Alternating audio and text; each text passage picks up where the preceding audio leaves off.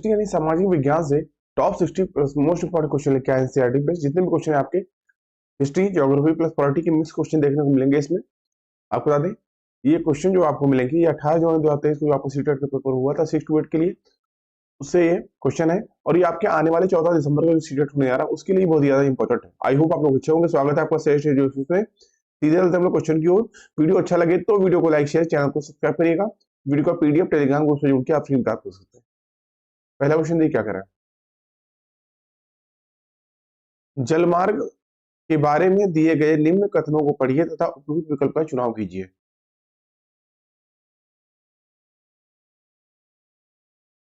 इस क्वेश्चन के लिए आपका बी ऑप्शन राइट होगा। नवगम्य नदियों एवं झीलों का उपयोग अंतर्देशीय जलमार्गों के रूप में किया जाता है। डरबन और केपटाउन अफ्रीका की महत्वपूर्ण पत्तन है। बी ऑप्शन आपको राइट होगा। दोस्तों फर्स्ट पार्ट में 30 क्वेश्चन तक 30 क्वेश्चन तक करा चुके हैं। 31 से सेकंड पार्ट ये है, ठीक है। अगला क्वेश्चन, निम्नलिखित खनिजों के निक्षेप पर विचार करें। फ्रांस के कॉकेसस प्रदेश को के चना पत्थर निक्षेप है। फ्रांस के फ्रांस के काकेसस प्रदेश के चना पत्थर निक्षेप, जॉर्जिया और यूक्रेन के मैग्नीज निक्षेप, अल्जीरिया के फास्फेट संस्तर यह किस प्रकार के सेलों से बने हैं। बी ऑप्शन आपका राइट होगा, अवसादी सेल। फ्रांस के कॉकेसस प्रदेश के चूना पत्थर निक्षेप, जॉर्जिया और यूक्रेन के मैग्नीज निक्षेप तथा अल्जीरिया के फास्फेट संस्तर अवसादी सेलों से निर्मित है, ठीक है। अगला क्वेश्चन, परंपरागत ऊर्जा के बारे में कथन ए बी पर विचार करें और सही उत्तर का चयन करें। कथन ए, ऊर्जा के परंपरागत स्रोत वे हैं जो सीमित स्थानीय क्षेत्र में पाए जाते हैं और जो लंबे समय से सामान्य उपयोग में लाए जा रहे हैं। कथन बी, केवल जीवाश्म ईंधन परंपरागत ऊर्जा के स्रोत हैं। इस क्वेश्चन के लिए आपका बी ऑप्शन राइट होगा। परंपरागत ऊर्जा के स्रोत जलावन, उपले, कोयला, पेट्रोलियम, प्राकृतिक गैस एवं बिजली है। ये विस्तृत क्षेत्रों में पाए जाते हैं। वे जो लंबे समय से उपयोग में लाए जा रहे हैं अतः दोनों कथन असत्य है। अगला क्वेश्चन, उपरोक्त में से कौन सा से जोड़े सहित रूप से मिलान में है। मक्का, उच्चतम तापमान, हल्की वर्षा, कपास, मध्यम तापमान और वर्षा, जूट, उच्च तापमान और भारी वर्षा। बी ऑप्शन आपको इस क्वेश्चन की राइट होगा। दोस्तों जूट के लिए उच्च तापमान और भारी वर्षा की आवश्यकता होती है। मक्का उत्पादन के लिए मध्यम तापमान लगभग 21 डिग्री सेंटीग्रेड से लेकर 72 डिग्री सेंटीग्रेड की तथा कपास के लिए उच्च तापमान तथा हल्की वर्षा की आवश्यकता होती है, जबकि अन्य दोनों विकल्प गलत है। बी ऑप्शन राइट होगा। अगला क्वेश्चन, अगर आप दक्षिण गोलार्ध में रहे 21 जून के बारे में निम्नलिखित में से कौन सा सही होगा। सी ऑप्शन आपका राइट होगा। दक्षिणी गोलार्ध में 21 जून को सबसे छोटा दिन और सबसे लंबी रातें होती हैं। 21 जून को ग्रीष्म संक्रांति के दौरान उत्तरी गोलार्ध में वर्ष का सबसे लंबा दिन होता है। सी ऑप्शन आपका राइट होगा। अगला क्वेश्चन, ग्रीनविच पर स्थित प्रमुख यामोत्तर पर सूर्य जिस समय आकाश के सबसे ऊंचे बिंदु पर होगा उस समय यामोत्तर पर स्थिति सभी स्थानों पर होगी। सी ऑप्शन आपका राइट होगा, दोपहर। अगला क्वेश्चन, विषुवत वृत्त के 66.5 डिग्री उत्तर में क्या पड़ता है। इस क्वेश्चन के लिए आपका सी ऑप्शन राइट होगा, उत्तर ध्रुव वृत्त। तो विषुवत वृत्त के 66.5 डिग्री उत्तर में जो है उत्तर ध्रुव, उत्तर में जो है उत्तर ध्रुव वृत्त पड़ता है तथा विषुवत वृत्त के 66.5 डिग्री दक्षिण में दक्षिण ध्रुव जो है पड़ता है, ठीक है। सी ऑप्शन आपका राइट होगा। अगला क्वेश्चन, मध्य हिमालय को कहा जाता है। इस क्वेश्चन के लिए आपका ए ऑप्शन राइट होगा। तो मध्य हिमालय को हिमाचल कहा जाता है। यह हिमालय की मध्यवर्ती श्रेणी है। इसे लघु हिमालय भी कहा जाता है। अगला क्वेश्चन, निम्नलिखित में से कौन से वर्षण के प्रकार हैं।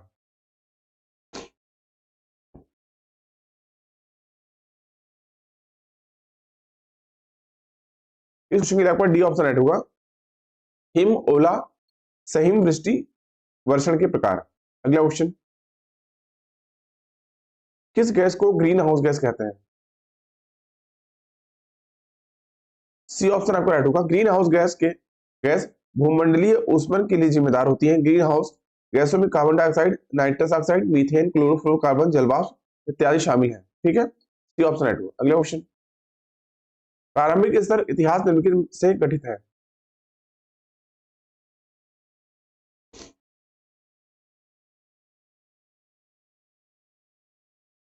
इस क्वेश्चन के लिए आपका बी ऑप्शन राइट होगा।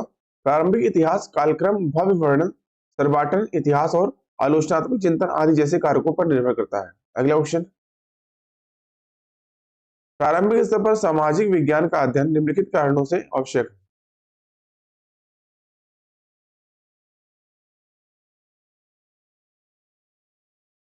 इस क्वेश्चन के लिए आपका डी ऑप्शन राइट होगा। सामाजिक विज्ञान का अध्ययन लोकतंत्र का जिम्मेदार नागरिक होने के लिए, संविधान के प्रति आस्था रखने के लिए, मतभेदों का सम्मान करने के लिए एवं जिस समाज में रहते हैं उस समाज को समझने के लिए अति आवश्यक है। अगला क्वेश्चन, निम्नलिखित कथनों पर विचार करें और सही विकल्प का चुनाव करें। कथन एक, जिस तरह से शिक्षक अपनी कक्षा में मूल्यों का अध्यापन करते हैं उसका उनके विद्यार्थियों के अधिगम पर गहरा प्रभाव पड़ता है।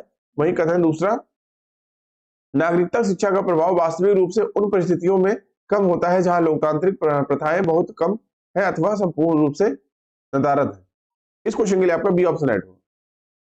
कथन पहला और दूसरा दोनों सही है तथा कथन पहले का उदाहरण है। अगला क्वेश्चन,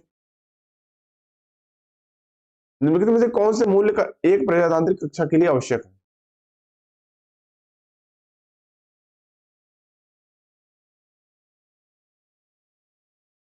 इस क्वेश्चन के लिए आपका सी ऑप्शन राइट होगा।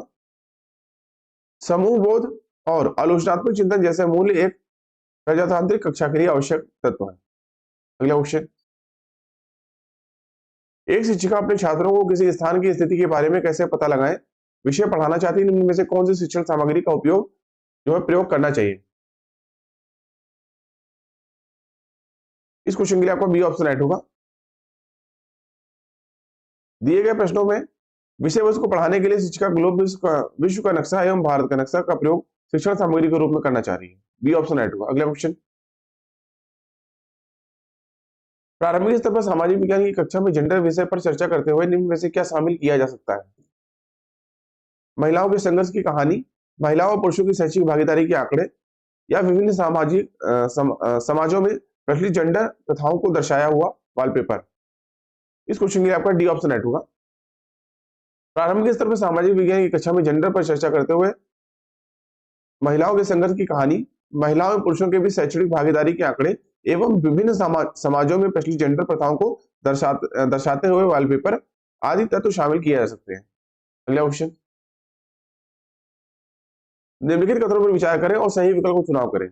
कथन पहला, भारतीय विद्यालयी पाठ्यक्रम में नागरिक शास्त्र एक विषय के रूप में ब्रिटिश सरकार की शाही नीति का परिणाम था।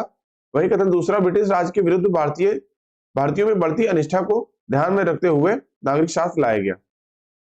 सी ऑप्शन आपका इस क्वेश्चन राइट होगा। ब्रिटिश राज के विरुद्ध भारतीयों में बढ़ती अनिष्ठा को ध्यान में रखते हुए नागरिक शास्त्र विषय लाया गया था जो ब्रिटिश सरकार की शाही नीति का परिणाम था तथा दोनों कथन सत्य है और कथन दूसरा पहले की व्याख्या करता है। निम्नलिखित में से किस में एक कल्पनाशील सामाजिक विज्ञान के शिक्षक के कौशल श्रेष्ठ रूप में परावर्तित होते हैं? इस क्वेश्चन के लिए आपको डी ऑप्शन राइट होगा। इसमें योजना बनाने एवं आकलन में एक कल्पनाशील सामाजिक विज्ञान के शिक्षक में कौशल श्रेष्ठ रूप से परावर्तित होते हैं। अगला क्वेश्चन, एक शिक्षक अपनी कक्षा में विभिन्न परिस्थितिकीय तंत्रों के बारे में चर्चा करना चाहता है, इनमें से कौन सा उदाहरण सबसे उचित है? इस क्वेश्चन के लिए आपका डी ऑप्शन राइट होगा। शिक्षक द्वारा पारिस्थितिकीय तंत्र के बारे में चर्चा करते समय रेगिस्तान, नदी, समुद्र एवं शैवाल अथवा मूंगा चट्टान आदि विषयों का उदाहरण दिया जा सकता है। डी ऑप्शन राइट होगा। अगला क्वेश्चन, चर्चा कीजिए कि क्यों हमारे समाज में महिलाओं द्वारा किए जाने वाले कार्यों को पुरुषों की अपेक्षा कम महत्व दिया जाता है। सामाजिक विज्ञान की कक्षा में ऐसे प्रश्नों को शामिल किए जाने की क्या प्रासंगिकता है? इस क्वेश्चन के लिए आपका ए ऑप्शन राइट होगा। हमारे समाज में महिलाओं द्वारा किए जाने वाले कार्यों को पुरुषों की अपेक्षा कम महत्व दिया जाता है। सामाजिक विज्ञान की कक्षा में ऐसे प्रश्न चर्चा की शुरुआत करने में सहायक होते हैं तथा ऐसे प्रश्न समाज में व्याप्त असमानताओं को उजागर करने में भी सहायक होते हैं। ये ऑप्शन राइट होगा। अगला क्वेश्चन, ब्राजील एवं भारत के लोगों की जीवन शैली के बीच के अंतर का पता करने के लिए विद्यार्थियों के पास क्या स्रोत होने चाहिए? इस क्वेश्चन के लिए आपका बी ऑप्शन राइट होगा। ब्राजील और भारत के लोगों की जीवन शैली के बीच अंतर का पता लगाने के लिए विद्यार्थियों के पास पत्रिकाओं अथवा इंटरनेट से एकत्रित किए दोनों देशों के चित्र एवं ब्राजील एवं भारत की फिल्में जैसे स्रोत होनी चाहिए। बी ऑप्शन राइट होगा। अगला क्वेश्चन,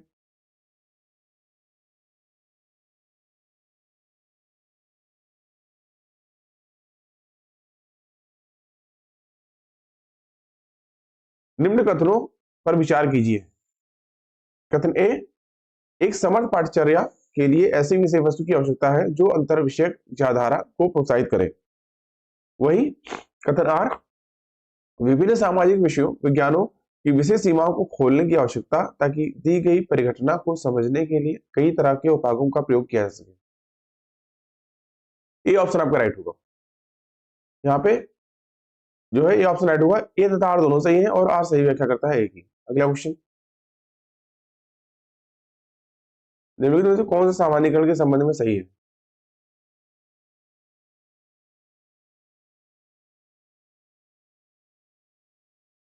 इस क्वेश्चन के लिए आपका सी ऑप्शन राइट होगा। सामान्यीकरण के संदर्भ में सत्य है में सत्य कथन है वे दो या अधिक संकल्पनाओं के बीच संबंधों की और से जो है संकेत करते हैं। सामान्यीकरण वर्गीकरण व्याख्याओं, मूल्यांकनों एवं पूर्वानुमानों की तरह ही प्रतीत होते हैं। उनको समग्र रूप से नहीं समझा जा सकता जब तक उनकी संगठक जो है संकल्पनाओं को ना समझा जा सके। सी ऑप्शन आपका राइट होगा। अगला क्वेश्चन, ऐतिहासिक शोधों के बारे में पढ़ाते समय निम्नलिखित में से कौन से प्रश्न कक्षा में परिचर्चा के लिए प्रासंगिक है?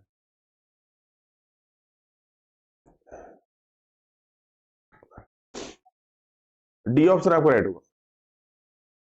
ऐतिहासिक शोधों के बारे में पढ़ते समय किसने विशिष्ट लेख लिखा, अभिलेख कब किया गया एवं क्या चित्र बनाने का कोई उद्देश्य था, जैसे प्रश्न कक्षा में परिचर्चा के लिए प्रासंगिक होते हैं।